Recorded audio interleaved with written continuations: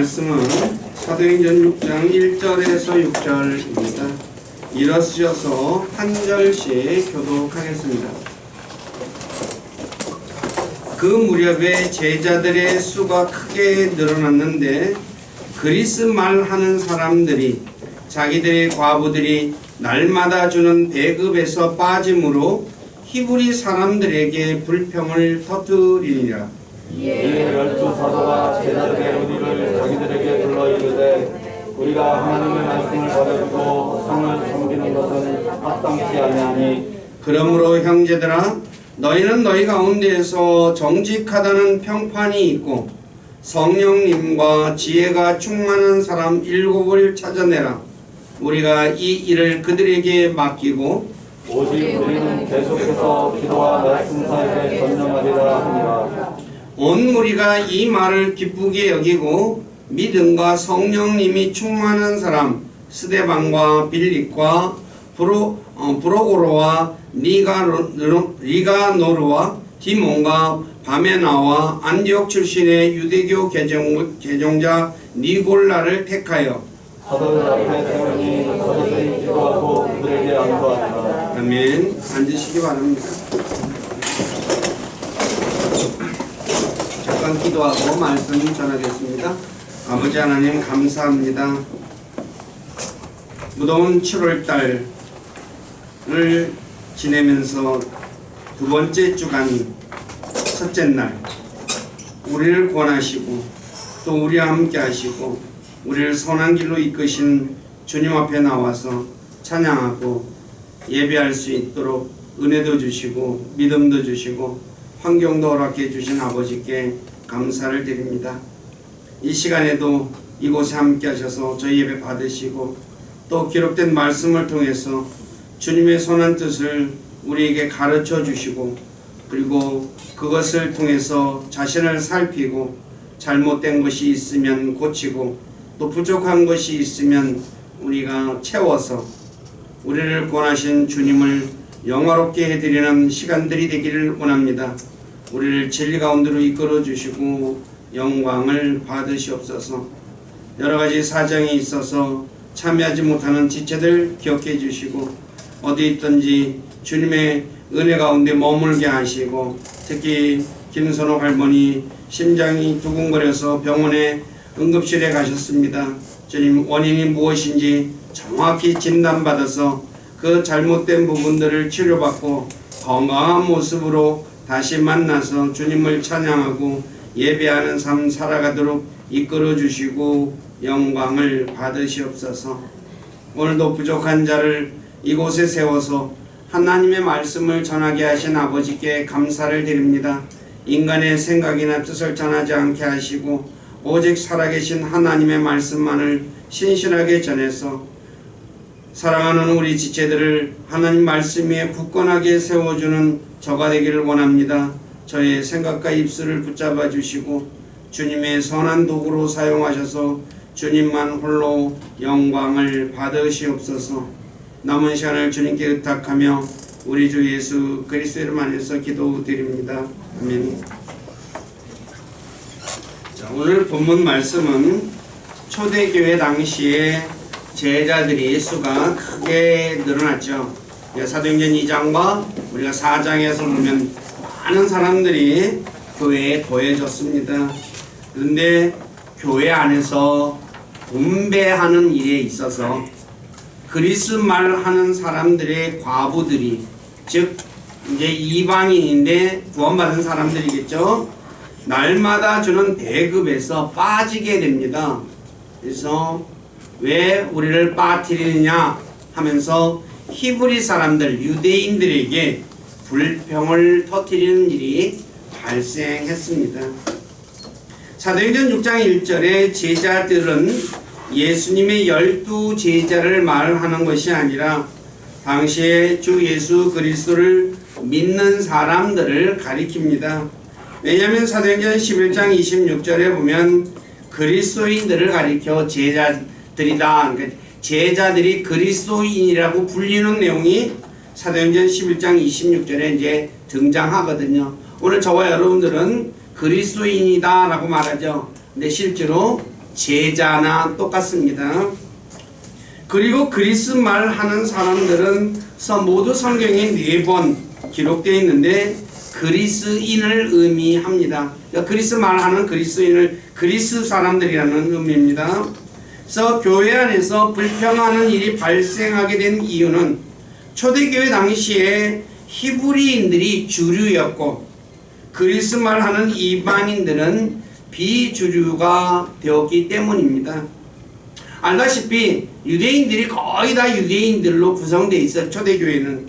그런데 이제 이방인이 그리스 말하는 이방인들이 들어와가지고 이제 교회에 들어왔죠. 그래서 사람들이 믿는 사람의 수가 뭐예요? 소수일 수밖에 없었던 거죠. 그런데 알다시피 초대교회 그리스도인들은 사도들처럼 성숙한 그리스도인이 아니라 갓난아기 그리스도인들이 대부분이었죠. 믿은 지 얼마 되지 않았으니까. 그래서 자신과 가까운 히브리인들에게 먼저 배급을 해주고 나중에 그리스 말 하는 사람에게 즉 배급을 하다 보니까 어떤 일이 벌어집니까? 배급이 뭐랄까 주다 보면 끊기게 되잖아요. 그러니까 어때요? 못 받게 되죠. 그러니 어때요? 배급을 받지 못하는 사람들이 불평할 수밖에 없게 된 거죠. 그리스도의 사랑이 넘쳐야 나야 하는 곳이 그렇지 못한 곳이 되었습니다. 왜 이렇게 되었을까요? 육신적인 생각이 자리를 잡았기 때문이죠. 다시 말해 팔은 안으로 굽는다고 편애하는 일이 즉 내 민족부터 생각하는 그것이 있었기 때문에 바로 그런 일이 발생했다는 것입니다. 그래서 12사도들이 제자들을 불러 우리가 하나님의 말씀을 버려두고 상을 섬기는 것이 합당하지 아니하니 그러므로 형제들아 너희 가운데 정직하다는 평판이 있고 성령님과 지혜가 충만한 사람을 7명을 찾아내라 라고 말하죠. 그래서 우리가 이 일을 그들에게 맡기고 우리는 기도와 말씀 사역에 전념하겠다 라고 말하자 이제 교회가 7사람을 추천합니다. 여기서 12사도들은 사도행전 1장에서 가론 유다 대신 뽑힌 마띠아가 12사도에 포함된다는 것을 알 수 있습니다. 예, 그러니까 마띠아가 바로 가론 유다가 빠지면서 한 명을 사도행전 1장에서 더 선출하게 되죠. 그래서 마띠아가 12사도 안에 포함되어서 12사도라고 말하는 것입니다. 사도들이 우리가 하나님의 말씀을 버려두고 상을 섬기는 것은 합당하지 않냐고 하는 말씀을 통해 사도들이 해야 할 중요한 일은 제자들이 가져다 준 돈을 배분하는 것이 아니라 하나님 말씀을 전하는 것임을 알 수 있죠. 다시 말해 사도들이 전해야 할 하나님의 말씀은 사도행전 5장 42절에서 말씀하고 있는 예수 그리스도에 관한 것입니다. 그러니까 사도들은 예수 그리스도에 대해서 가르치고 선포하는 것을 그치지 아니했다라고 말씀하고 있죠. 그러므로 오늘날 목회자들 역시 배고픈 사람들에게 먹을 것을 주는 것보다 하나님 말씀을 전하는 일을 더 중요하게 생각해야 한다는 거죠. 제가 이 말을 하는 것은 일의 우선순위를 말하는 것이지 배고픈 사람들에게 먹을 것을 주지 말라라고 말하는 것이 아니라는 것 잊지 마시기 바랍니다. 오늘 목회자들 중에서도 가난한 사람들을 위해서 요새 급식 하는 그런 일을 하는 분들이 있잖아요. 근데 그것도 중요하지만 그보다 더 중요한 것은 목회자는 하나님의 말씀을 전하는 것이라는 것. 그리고 여기서 상을 섬긴다는 말은 사도행전 4장 35절에 하나님의 은혜를 입은 성도들이 자신들이 땅이나 집을 팔아 사도들에게 가져다 주자 사도들이 필요한 사람들에게 나눠준 것을 상을 섬기는 것이다 라고 말씀을 하고 있습니다. 즉 바로 이 섬기는 일은 그러니까 교회에서 직분자가 해야 할 일이라는 것을 우리에게 가르쳐 주고 있죠. 다시 말해 봉사하는 일은 직분자가 하는 일입니다. 세상에서 섬기는 일은 종이 하는 일이죠. 알다시피 이스라엘은 이집트 사람들을 섬기는 종으로서 온갖 종류의 섬기는 일을 했습니다. 그래서 출애굽기 1장에 보면은 아주 고단한 삶을 살았다는 것을 성경은 가르쳐 주고 있습니다. 그렇지만 대부분의 사람들은 대접받는 것을 좋아하죠. 그러나 교회 안에서 섬기는 자가 큰 자라는 것, 이거 잊지 마시기를 바랍니다. 세상은 대접받는 사람이 큰 자지만 교회는 대접하는 사람, 즉 섬기는 사람이 큰 자라고 예수님께서 마가복음 10장 42, 45절에 말씀하고 누가복음에서도 마태복음에서도 동일한 말씀을 하셨습니다. 그렇기 때문에 저와 여러분들이 섬기는 일은 고단한 일이에요. 그렇지만 그 섬기는 자가 큰 자라는 것 잊지 마시기를 바랍니다. 이것은 사무엘상 19장 32절에서 보면 압살롬의 반역으로 인해 도망가는 다윗을 물질로 섬긴 바르실레를 가리켜 매우 창대한 사람이다 라고 말씀하고 있는데, 매우 우리말로는 창대한 사람이라고 번역했는데 very great man이다, 즉 매우 큰 자라는 말입니다. 매우 큰 자, 즉 위대한 사람이라는 거죠. 왜요? 섬겼기 때문에. 비록 왕을 섬겼지만 도망가는 왕이었습니다. 한마디로 목숨을 부지하기 위해서 도망가는 왕을 섬겼습니다. 근데 그 섬기는 바르실레를 가리켜 매우 큰 자라고 말하고 있다는 거죠.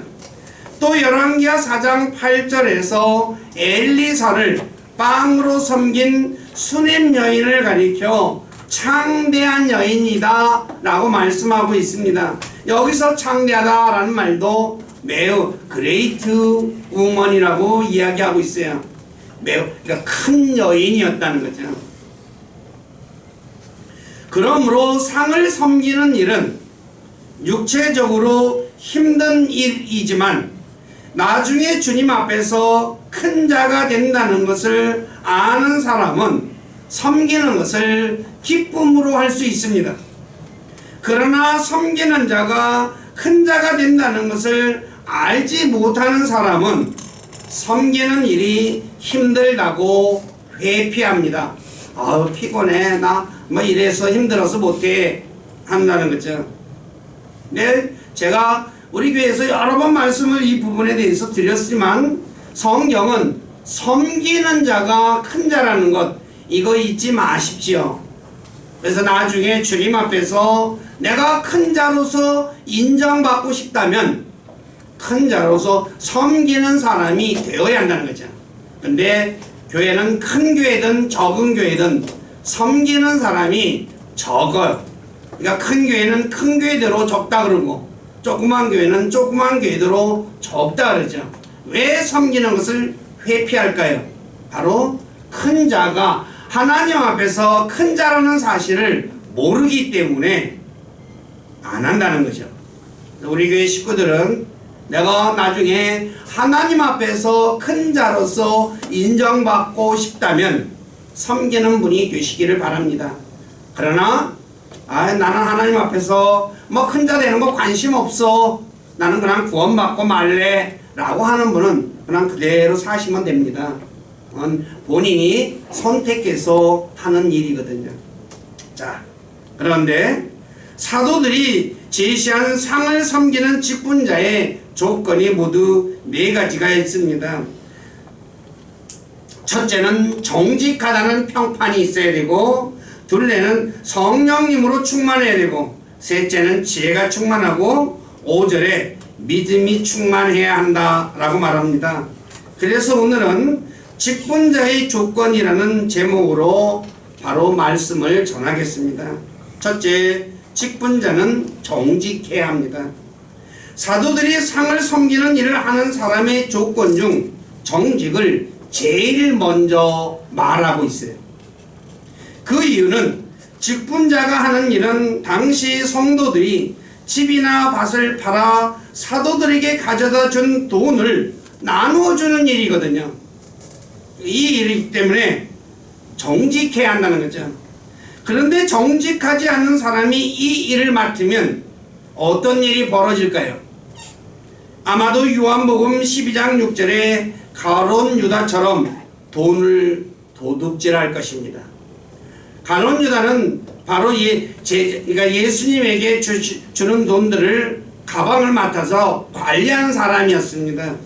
그런데 그가 도둑이었기 때문에 거기 것을 가져갔다라고 요한복음 12장 6절에 말씀하고 있습니다. 오늘날에도 교회 재정을 관리하는 사람들 중 교회 헌금을 횡령하는 일이 종종 발생해서 교회가 어려움에 빠지는 경우가 있습니다. 그렇기 때문에 교회 재정을 관리하는 사람의 제일 덕목은 정직입니다. 정직한 사람을 세워야 한다는 거죠. 영어 성경에서 이 정직하는 모두 7번 사용됐고, 명사는 2번 사용됐고, 부사는 1번 사용됐고, 또 부정직한 것은 2번, 그 다음에 부정직은 1번 사용되었습니다. 정직의 뜻은 마음이 바르고 고든 것입니다. 그러니까 정직이라는 단어가 성경에 그렇게 많이 사용되지는 않았지만 바로 아주 중요한 말이죠. 그리스도인은 모든 사람 앞에서 정직해야 합니다. 이것이 하나님께 영광을 돌리는 것입니다. 베드로전서 2장 12절에 이방인들 가운데서 너희 행실을 정직하게 하라. 그래서 사람들이 내가 정직하면, 세상 사람들은 부정직한 사람들이 너무나 많죠. 그러니까 정직한 사람을 어떻게 해요? 비난합니다. 그렇지만 나중에 하나님 앞에서 바로 그것을 통해서 영광을 돌리게 된다고 말씀하고 있습니다. 때문에 그리스도인들은 내가 세상 사람들에게 비난을 받는다 할지라도 정직한 삶을 살아야 합니다. 로마서 12장 17절에 보면 그리스도인들이 모든 사람 앞에서 정직한 것을 예비해야 된다라고 말씀하고 있는데, 이 말씀의 좀 더 자세한 뜻은 내가 자신이 정직한 것을 보여줘야 한다는 거죠.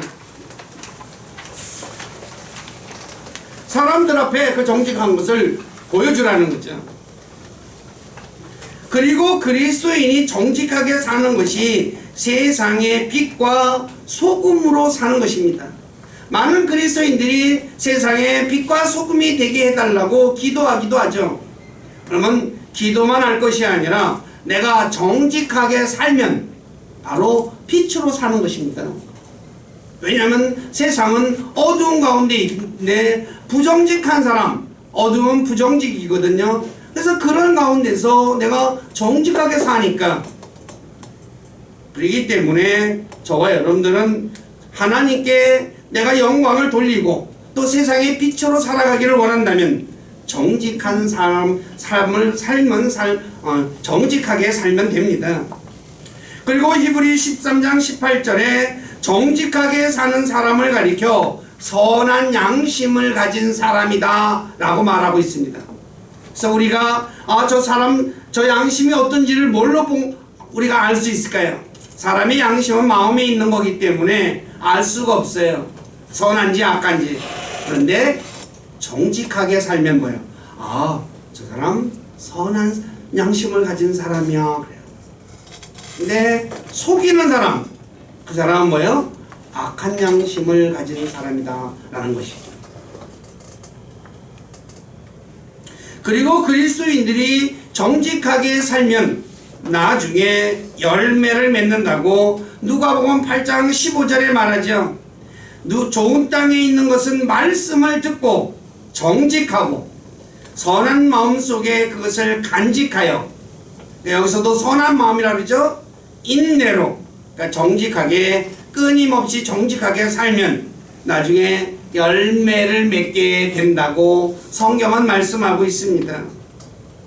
그러므로 그리스도인들은 직분을 맡은 사람이든 아니든 모든 일에서 정직해야 합니다. 그것이 하나님께 영광을 돌리는 것이며 나중에 열매를 맺어 하나님을 기쁘게 해드리는 것입니다. 우리 모두는 정직한 삶을 살아 하나님을 기쁘시게 해드리는 분들이 되시기를 주님의 이름으로 부탁드립니다. 두 번째, 직분자는 성령님으로 충만해야 합니다. 성령 충만은 성경에 모두 15번 기록되어 있는데 누가복음에 4번, 사도행전에 10번, 에베소에 1번 기록되어 있습니다. 15번 중 누가가 기록한 누가복음과 사도행전에 14번이나 기록되어 있어요. 그러니까 누가가 기록한 것이 누가복음과 사도행전이거든요.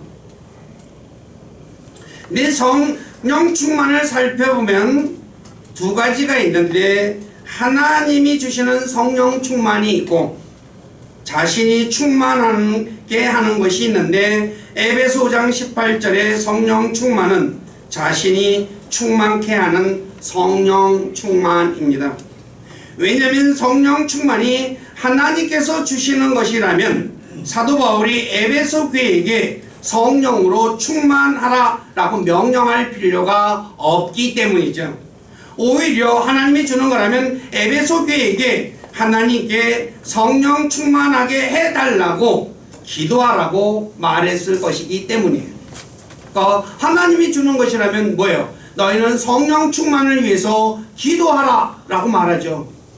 그리고 우리 보고 그냥 성령 충만하라 라고 말하지 않는다는 거죠. 그렇기 때문에 성령 충만은 하나님이 주는 성령 충만과 또 내가 성령으로 충만해지는 그 두 가지가 있다는 것. 자, 하나님이 주시는 성령 충만은 특별한 일을 위해서 주시는 것입니다. 예를 들면 구약에서는 부살레를 예로 들 수 있죠. 하나님께서 부살레를 하나님의 영으로 충만하게 해서 온갖 종류의 그 하나님의 성소에서 쓰는 것들을 만들게 하셔요. 그러니까 그리고 신약에서는 침례 요한의 아버지 사가랴와 또한 침례 요한의 어머니 엘리사벳을 하나님이 성령으로 충만하게 하셨어요. 그리고 사도행전에서 베드로와 초대교회 그리스도인과 스데반을 들 수 있습니다. 그래서 하나님께서 이들을 성령으로 충만하게 하셔서 무엇을 하게 하냐? 바로 성령 충만한 사람은 사가랴처럼 하나님에 대해서 대언하며 베드로와 스데반처럼 주 예수 그리스도를 증거합니다. 한마디로 하나님의 말씀을 전하게 된다는 거죠. 그래서 사도행전 4장 31절에서 하나님께 기도하자 무엇입니까? 그들이 기도를 마침에 그들이 함께 모인 곳이 흔들리더니 그들이 다 성령님으로 충만하여 담대히 하나님의 말씀을 말하니라.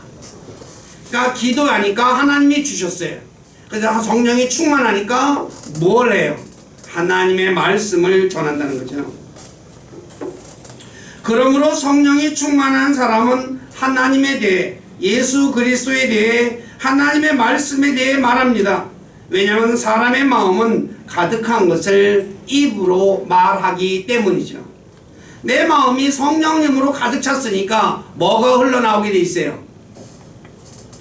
성령님이 흘러나오는 거죠. 근데 성령님이 무엇입니까?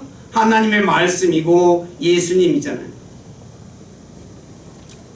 그러므로 자신이 성령 충만하다고 하면서 하나님의 말씀을 말하지 않고 다른 것을 말하는 사람은 성령 충만한 사람이 아니라 그가 말하는 것으로 충만한 사람입니다. 그러니까 내가 뭘 말했던 거네? 내 안에서 뭘 말인데 내가 이제 어떤 것에 대해서 얘기하면 뭐예요? 그것으로 충만한 거예요. 그러므로 그리스도인들은 어떤 사람이 성령으로 충만하다고 자기 말하면서 하나님에 대해, 예수 그리스도에 대해, 하나님의 말씀에 대해 말하지 않는다면 그 사람은 성령 충만한 사람이 아님을 알고, 그런 사람들에게 자신의 시간을 빼앗기지 마시기를 주님의 이름으로 부탁드립니다. 사도 바울은 갈라디아 2장 4, 5절에 보면 거짓 형제들이 들어와가지고 그 다음에 속박하려고 했죠. 속였어요. 바울은 이것을 깨닫고 뭡니까? 단 한 시간도 그들에게 시간을 내주지 않았다 라고 말해요. 왜? 들을 필요가 있는 거예요? 없는 거예요? 없는 거잖아요. 들어서 아무 유익도 없는 거예요. 왜 시간을 빼앗기냐는 거죠. 차라리 눈 감고 푹 쉬는 게 낫다는 거죠. 그런데 문제는 그리스도인들이 이런 부분에 대해서 정확히 모르니까 목사가 얘기하면 다 맞다고 생각하고 뭐예요? 귀를 쫑긋하고 기울여서 듣는다는 거죠. 어떤 목사가 얘기하더라도 바로 성경과 관련 없는 건 얘기하는데, 흔히 말하는 대로 그건 잡담이지 하나님의 말씀이 아닙니다. 그건 우리의 영적인 건강에 아무 유익을 주지 못하는 해로운 것이라는 것 잊지 마시기를 부탁드립니다.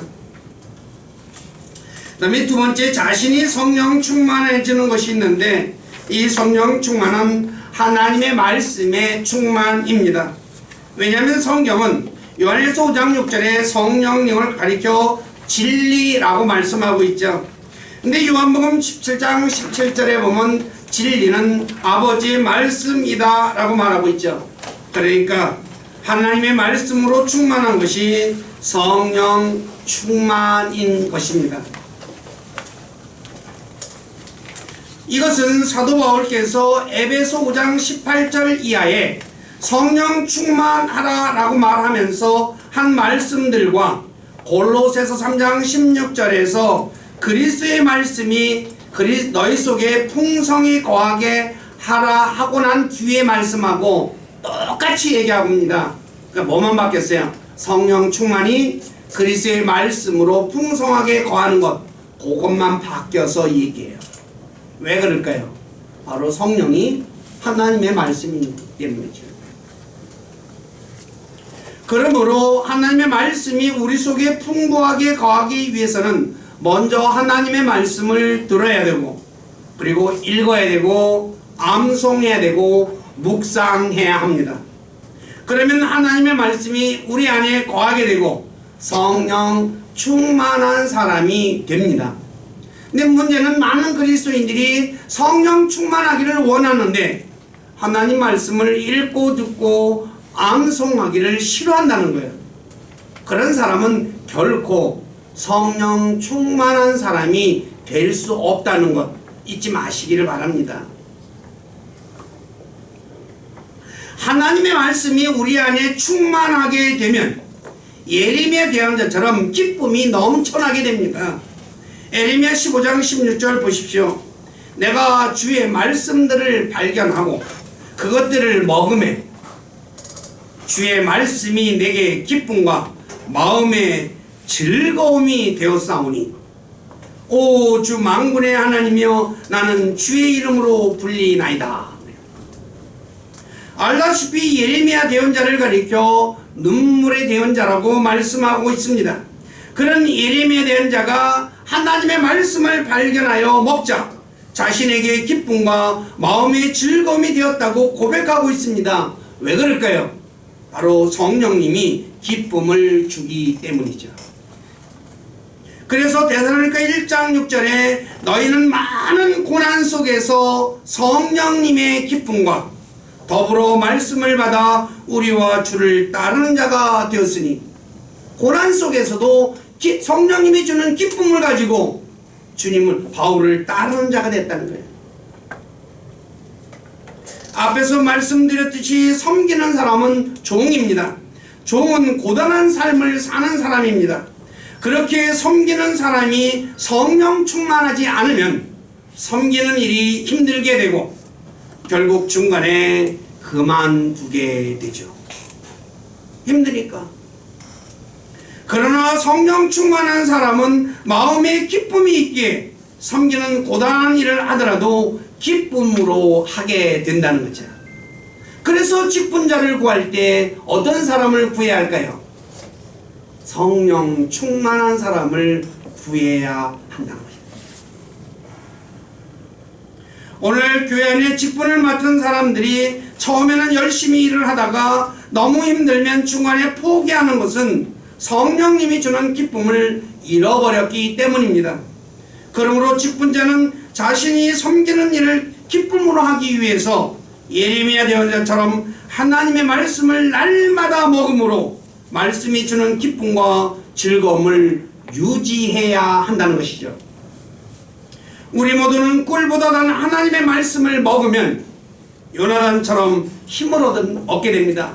요나단이 전쟁에 나가서 하루 종일 먹지 못해서 그냥 힘이 다 빠졌을 때거든요. 근데 꿀을 보다가 막대기를 집어서 펴야 되니까 눈이 밝아졌다라고 얘기해요. 하나님의 말씀은 꿀보다 더 단 거예요. 근데 문제는 말씀이 꿀인지 아닌지를 잘 모르는 데 있다는 거죠. 그렇기 때문에 직분자는 하나님의 말씀을 먹어야 됩니다. 날마다 먹어야 합니다. 그래서 그래야만이 맡겨진 일을 끝까지 하고 나중에 뭐예요? 칭찬받는 사람이 될 수 있다는 거죠. 대부분의 사람들이 하다가 중간에 거의 손을 놓아버린다는 거죠. 안타까운 거죠.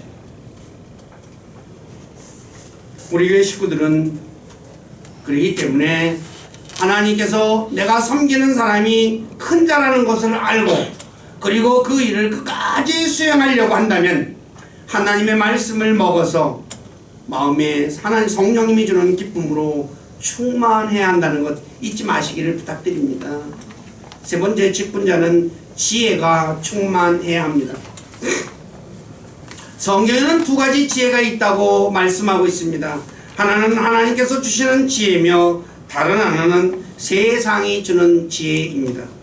세상의 지혜를 고린도후서 1장 12절에 육체의 지혜라고 표현했으며 야고보서 3장 14, 16절에는 땅에 속한 것이며 관능적이며 마귀에게 속한 것이다 라고 말씀하고 있죠. 사도행전 6장 3절에서 말씀하는 지혜로 충만한 사람은 땅에 속한 지혜가 아닌 하나님께 속한 지혜로 충만한 사람을 말합니다. 하나님의 지혜는 하나님께 속한 지혜인데 누가복음 11장 46절에서 하나님의 지혜를 의인화시켜 말씀하고 있죠. 근데 그 지혜를 고린도전서 1장 24절에서 예수 그리스도를 가리켜 하나님의 지혜다 라고 말씀하고 있습니다. 성경은 하나님만 홀로 지혜로우신 분이시며 지혜는 하나님의 것이며 그리고 하나님이 주시는 것이라고 말씀하고 있죠. 근데 하나님이 주셨다가 가져갈 수도 있습니다. 하나님이 줬다가 가져가 버린다는 거죠. 하나님께서는 대언자들과 자신의 제자들과 그리스도인들에게 이 지혜를 주십니다. 그러므로 직분자라 지혜가 부족한다면 하나님께 지혜를 구해야 합니다. 야고보서 1장 5절에 보면 지혜가 부족하면 모든 사람에게 너그러이 주시고 꾸짖지 아니하시는 하나님께 구하라 라고 말해요. 내가 지혜가 부족하다는 것을 아는 사람만이 하나님께 구할 수 있겠죠. 나 똑똑해 하는 사람은 구하지 않겠죠. 오늘 많은 사람들이 미련하다고 얘기하면서도 하나님께 지혜를 잘 구하지 않아요. 그러니까 어떻게 되겠어요? 계속해서 미련하게 사는 거예요. 그런데 자기는 몰라요. 누구만 알아요? 주변 사람만 알아요. 그렇기 때문에 저와 여러분들은 항상 하나님께 지혜를 구하는 사람이 되어야 해요. 왜 하나님께 지혜를 구해야 할까요? 하나님을 대적할 지혜가 없기 때문이며 하나님의 지혜는 어리석은 자가 감당하지 못하며 하나님의 어리석음은 세상 사람들보다 더 지혜롭고 이 세상 지혜는 하나님께 어리석음이기 때문에 그렇기 때문에 저와 여러분들은 하나님의 지혜를 구해야 돼요. 하나님의 어리석은 것보다 어리석음이 세상 지혜보다도 더 낫기 때문이죠. 하나님의 지혜와 세상 지혜를 구별할 수 있는 방법은 야고보서 3장 17, 18절에 기록된 말씀을 통해 구별할 수 있습니다. 하나님의 지혜는 순수합니다. 그 다음에 화평하고 부드럽고 간청을 잘 들어주며 국률과 선한 열매를 내며 차별이 없어요. 여기 나오죠? 차별이 없다. 오늘 사도행전 6장에서 초대교회에서 어떤 일이 발생했어요? 유대인들과 그리스말 하는 사람과 차별이 발생했죠. 교회 안에는 차별이 발생하면 안 됩니다. 편애하는 사람이 생기면 안 된다는 거죠. 그리고 위선이 없고 의의 열매를 내는 것인데 그 반대가 하나님의 지혜가 아닌 것입니다. 성경 구절 잘 읽어보시기 바랍니다. 그러므로 지혜가 충만한 사람이란 하나님의 지혜이신 주 예수님으로 충만한 사람이라고 할 수 있죠. 다른 말로 하나님의 말씀으로 충만한 사람이라고도 할 수 있습니다. 그러므로 직분자는 하나님의 지혜이신 주 예수 그리스도로 충만한 사람을 세워야 한다는 거죠. 마지막으로 직분자는 믿음이 충만해야 합니다. 이 믿음에 관해서는 여러 번 말씀드렸지만 믿음은 하나님 말씀에 대한 믿음입니다. 하나님의 말씀을 떠난 믿음은 자기 확신이지 성경에서 말씀하는 믿음이 아닙니다. 왜냐하면 믿음이란 예수 그리스도를 믿는 것이기 때문입니다. 이것은 갈라디아 2장 16절에 잘 기록하고 있습니다. 사람이 율법의 행위로 의롭게 되지 아니하고 오직 예수 그리스도의 믿음으로 되는 줄 알므로라고 우리 번역했는데, 그러니까 예수 그리스도의 믿음으로 된다고 말하면서 즉 이분이라고 얘기하며 우리가 예수 그리스도를 믿었다라고 말하고 있어요. 즉 예수 그리스도를 믿는 게 뭐예요? 믿음이에요. 그리고 그것이 예수 그리스도의 믿음이에요. 예수 그리스도를 믿는다는 것은 하나님의 말씀을 믿는 것이죠. 왜냐하면 예수 그리스도는 말씀이 육신이 되신 분이기 때문이죠. 그러므로 믿음이란 하나님 말씀에 기초하는 것이지 자신의 생각이나 바람에 기초하는 것이 아닙니다. 오늘날 히브리 11장 1절에서 믿음은 바라는 것의 실체요 보이지 않는 것의 증거라고 말씀했을 때 바라는 것은 오늘 일반적인 그리스도인들이 생각하는 자신이 바라는 것, 다시 말해 자신의 소망을 의미하는 것이 아닙니다.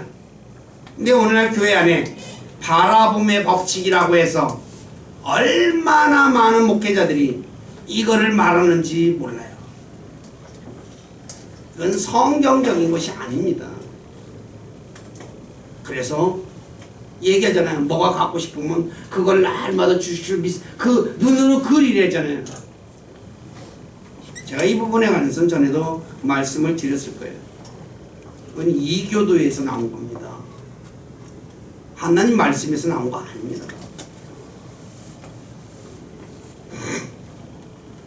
오늘 그리스도인들 중에 히브리 11장 1절의 말씀을 근거로 자신이 바라는 것을 주실 줄 믿습니다 라며 기도해요.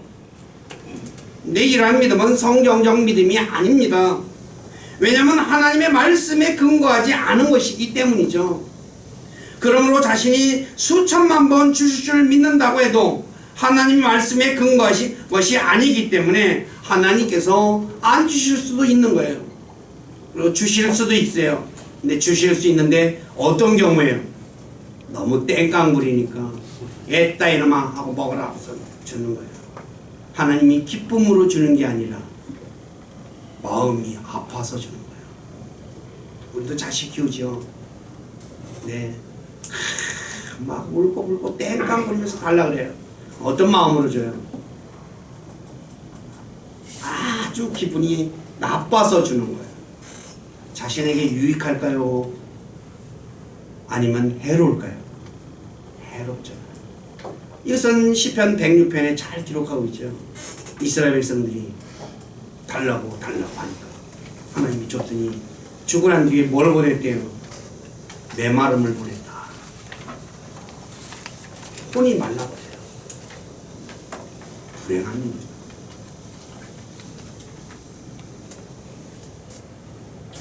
왜 그리스도인들이 히브리 11장 1절의 말씀을 근거해서 주실 것을 믿고 기도하고 있을까요? 그것은 하나님의 말씀을 주의 깊게 살펴보지 않고 자신의 생각에 근거해서 믿기 때문입니다.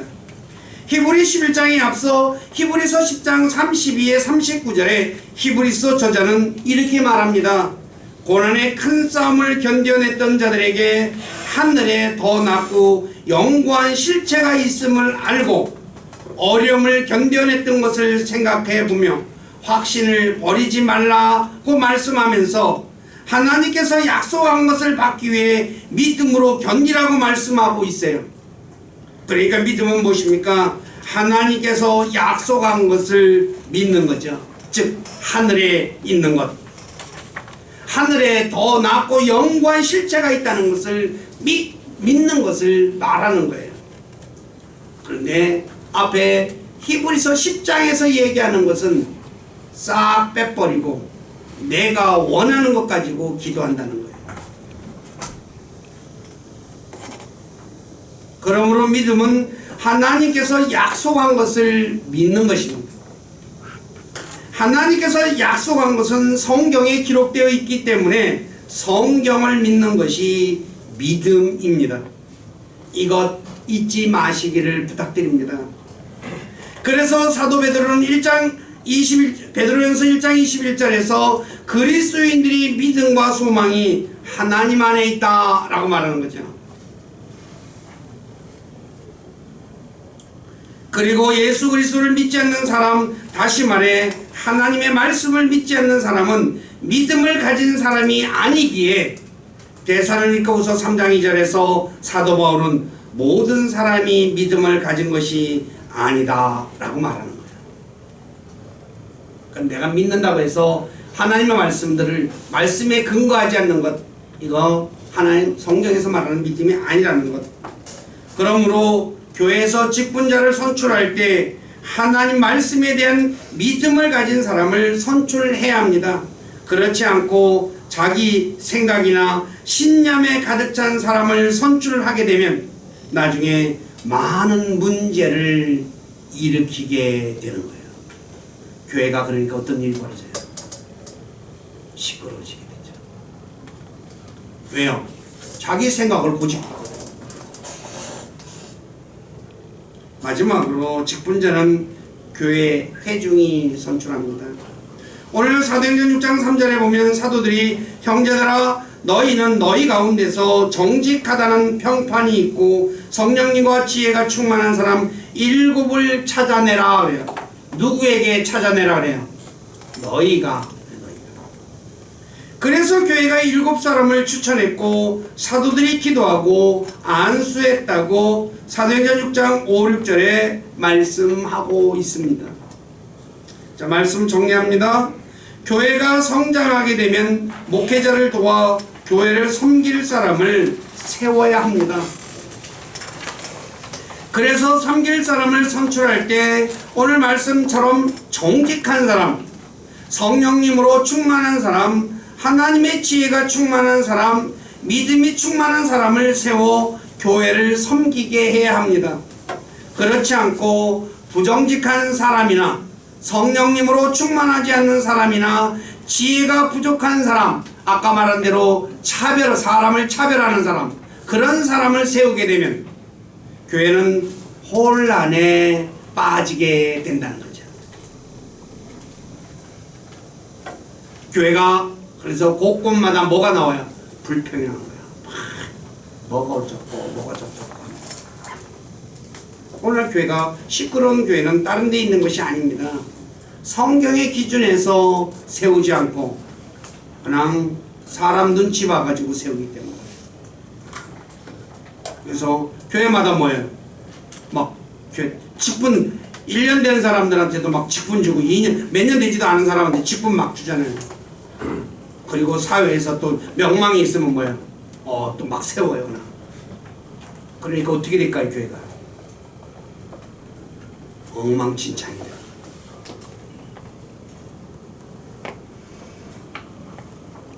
그러므로 직분자를 선출할 때 항상 하나님의 말씀에 근거해서 세워야 해요. 그렇지 않으면 안 세우는 것만도 못한 일이 발생하게 된다. 그러므로 우리 모두는 직분자를 선출할 때 자신의 생각에 따라 선출할 것이 아니라 하나님의 말씀에 근거해서 선출하는 분들이 되시기를 주님의 이름으로 부탁드립니다.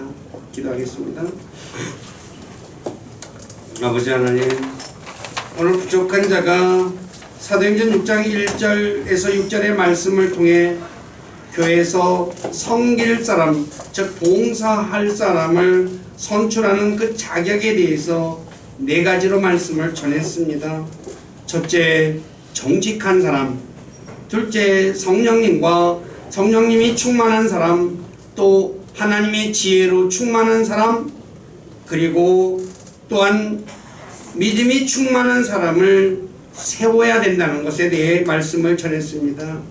이렇게 세우는 것은 이 섬기는 사람은 상을 맡은 자로서 교회의 돈을 관리하는 사람이고, 그리고 또한 사람을 차별하지 않고 섬겨야 되기 때문에 바로 이러한 사람을 세워야 된다는 것에 대해 말씀을 전했습니다. 우리 사랑하는 모든 지체들, 이 말씀 마음에 간직하게 하시고 교회 직분자를 세울 때 자기 생각, 자기가 좋아하는 사람, 자기와 가까운 사람, 그런 사람을 추천하는 것이 아니라 하나님의 말씀에 근거해서 추천하는 그런 사람이 될 수 있도록 도와주시고, 또 교회가 그런 사람으로 세워져서 이 봉사일은 힘든 일입니다. 그 일들을 기쁨으로 감당할 수 있도록, 그래서 교회가 든든히 세워지는 놀라운 은혜가 있기를 우리 주 예수 그리스도 이름 안에서 기도드립니다.